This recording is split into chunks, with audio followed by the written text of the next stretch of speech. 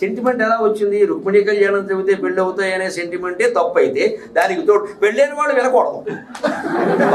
దీని నుంచి మనం పెళ్ళి అయిపోయిందిగా ఇంకెందుకు వింటాం అంటే మళ్ళీ అవుతుంది అనమాట. అదొక ఇది పుట్టినప్పుడు అదే పుడుతుంది. మరి ఈ సెంటిమెంటల్ ప్రపంచంలోంచి మనం బయటపడాలి. చివరిగా భారతం సారాంశంగా 1-2 మాటలు చెప్పుకుని సెలవు తీసుకుంటాం.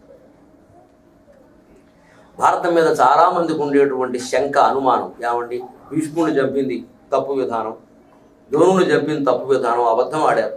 భీష్ముడు చావేమో ఆయన దగ్గరికి వెళ్ళి తెలుసుకుని ఆయన చెప్పారు. ఏమిటండి, కర్ణుడేమో రథం కృంగిపోతే అప్పుడు బాణం వేసి చంపేమని కృష్ణుడు ప్రోత్సహించి చేయించాడు. ఇలా చేయించా? ఇవన్నీ అధర్మాలు కాదా? పాండవులు మాత్రం ఏమైనా గొప్పవాళ్ళు? ఈ విమర్శకు సమాధానం భారతంలో వ్యాసుడు చెప్పాడు. యస్మిన్